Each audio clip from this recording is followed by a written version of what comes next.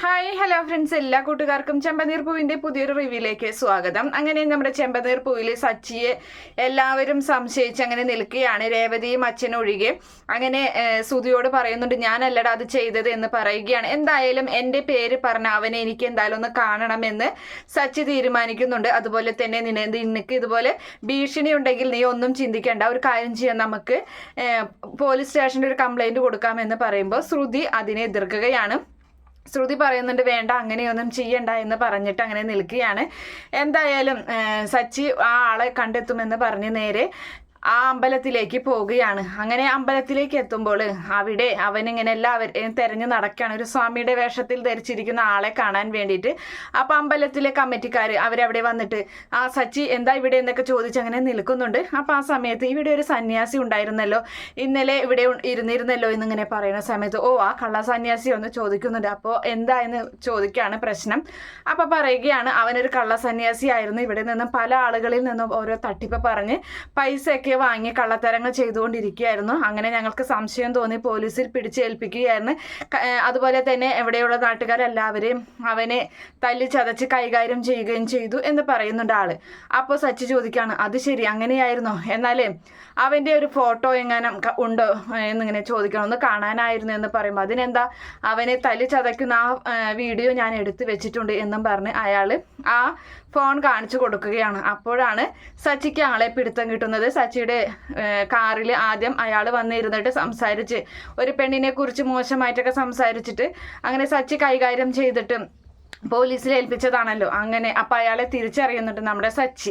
അങ്ങനെ അതിന് ശേഷമാണെങ്കിൽ ശ്രുതിയാണെങ്കിൽ അവൾക്ക് ഒരു ഉറക്കവുമില്ല, എത്രയും വേഗം തന്നെ സച്ചിയുടെ ഫോണിലുള്ള ആ ഒരു വീഡിയോ കിട്ടണമെന്ന ആഗ്രഹമായിട്ട് നേരെ ഇവളുടെ മീരയുടെ അരികിലേക്ക് ചെല്ലുകയാണ്. മീരയോട് പറയുന്നുണ്ട്, നീ എനിക്കൊരു ഉപകാരം ചെയ്യണം, നീ സച്ചിയുടെ കാറ് വാടകയ്ക്ക് വിളിക്കണം, എന്നിട്ട് അവൻ്റെ കാറിൽ യാത്ര ചെയ്യുന്ന സമയത്ത് നിൻ്റെ ഫോണിൽ ചാർജ് തീർന്നു എന്നും പറഞ്ഞ് അവൻ്റെ ഫോൺ നീ വാങ്ങിക്കണം, എന്നിട്ട് ആ വീഡിയോ എത്രയും വേഗം എൻ്റെ ഫോണിലോട്ട് അയച്ചിട്ട് ആ വീഡിയോ ഡിലീറ്റ് ചെയ്ത് കളയണമെന്ന് പറയുകയാണ്. അപ്പോൾ മീര ആദ്യം സമ്മതിക്കില്ല, നീ ഒന്ന് ചെയ്യടി, അല്ലെങ്കിൽ എൻ്റെ ജീവിതം ആകെ താറുമാറാകുമെന്ന് പറയുകയാണ്. സ്വന്തം കൂട്ടുകാരിക്ക് വേണ്ടിയിട്ട് നമ്മുടെ മീര അത് ഓക്കെ ശരി എന്നൊക്കെ പറഞ്ഞ് അത് ഏറ്റെടുക്കുകയാണ് ആ ദൗത്യം. അതിനുശേഷമാണെങ്കിലും അവയെ നമ്മുടെ മീരയാണെങ്കിൽ സച്ചിയുടെ ഇത് വിളിക്കുകയാണ്, കാർ അങ്ങനെ വാടകയ്ക്ക് വിളിക്കുന്നുണ്ട്. അങ്ങനെ കാറ് വാടകയ്ക്ക് വിളിച്ചതിന് ശേഷം അവൾ പറഞ്ഞ പോലെ തന്നെ കാര്യങ്ങളൊക്കെ മുന്നോട്ട് കൊണ്ടുപോവുകയാണ്. കുറേ ദൂരം പോകുന്നുണ്ട്. അങ്ങനെ വീട്ടിലെ വിശേഷങ്ങളൊക്കെ ചോദിക്കുന്നുണ്ട്. അതേ സമയത്താണെങ്കിൽ ഇതുപോലെ ഒരു കോള് വരികയാണ്. അങ്ങനെ സംസാരിച്ചുകൊണ്ടിരിക്കുന്ന സമയത്ത് അവളെ ഫോണിൽ ചാർജ് തീർന്നു എന്ന മട്ടിൽ അവൾ അഭിനയിക്കുകയും സച്ചിയോട് ഫോൺ ഒന്ന് ചോദിക്കുകയും ചെയ്യുന്നുണ്ട്. അങ്ങനെ സച്ചി ഫോൺ വേഗം എടുത്ത് കൊടുക്കുകയാണ്. അങ്ങനെ അതിൽ നിന്നിട്ട് വീഡിയോ തപ്പിപ്പിടിക്കുകയാണ്. അങ്ങനെ തപ്പിപ്പിടിച്ച് അവൾ വേഗം തന്നെ ആ ഫോൺ അയക്കാൻ നിൽക്കുന്ന നേരത്തെ തന്നെ രേവതി സച്ചിയുടെ ഫോണിലേക്ക് വിളിക്കുകയാണ്. അപ്പോൾ സച്ചി പറയുന്നുണ്ട്, രേവതിയാണ് വിളിക്കുന്നത്, ഇങ്ങോട്ടതായോ എന്ന് പറയുന്നുണ്ട്. അപ്പോൾ നമ്മുടെ മീര ഒന്ന് കൊടുക്കാൻ മടിക്കുന്നുണ്ട്. അങ്ങനെ സച്ചി ഫോൺ വാങ്ങിയിട്ട് രേവതിയോട് സംസാരിച്ച് അങ്ങനെ ഫോൺ കട്ട് ചെയ്യുകയാണ്. ഫോൺ കട്ട് ചെയ്യുന്ന നേരം തന്നെ അവൾ പറഞ്ഞ ആ സ്ഥലം എത്തുകയും ചെയ്യുന്നുണ്ട്.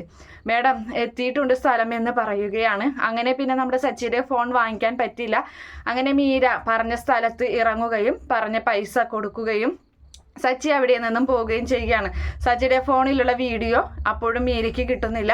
അങ്ങനെ കാര്യങ്ങൾ ഈ പറയുന്ന ശ്രുതിയെ വിളിച്ചറിയിക്കുകയാണ്. എന്തായാലും രേവതിയോട് സംസാരിച്ച സച്ചി പറയുന്നുണ്ട്, അമ്പലത്തിലുണ്ടായ സന്യാസിയെ ഞാൻ തിരിച്ചറിഞ്ഞു, അതാരാണെന്ന് എനിക്ക് മനസ്സിലായി, ഞാൻ വീട്ടിലോട്ട് വന്നിട്ട് വിവരങ്ങൾ പറയാമെന്ന് രേവതിയോട് പറയണത് ഈ മീര കേൾക്കുകയും ആ ന്യൂസ് വേഗം തന്നെ ശ്രുതിയെ വിളിച്ചറിയിക്കുകയും ചെയ്യുകയാണ്. ശ്രുതി ആകെ പെട്ട പോലെ നിൽക്കുകയാണ്. ഇനിയിപ്പോൾ തന്നെക്കുറിച്ചുള്ള രഹസ്യങ്ങളൊക്കെ അവൻ അറിഞ്ഞു എന്നൊരു പേടിയിൽ അങ്ങനെ ശ്രുതി നിൽക്കുകയും ചെയ്യുന്ന ഭാഗമൊക്കെയാണ് എന്തായാലും നാളെ കാണാൻ പോകുന്നത്. കാത്തിരുന്ന് കാണാം. ഈ റിവ്യൂ ഇഷ്ടപ്പെടുകയാണെങ്കിൽ ഈ ചാനൽ ഒന്ന് സബ്സ്ക്രൈബ് ചെയ്ത് സപ്പോർട്ട് ചെയ്യുക. Okay friends, bye, thank U.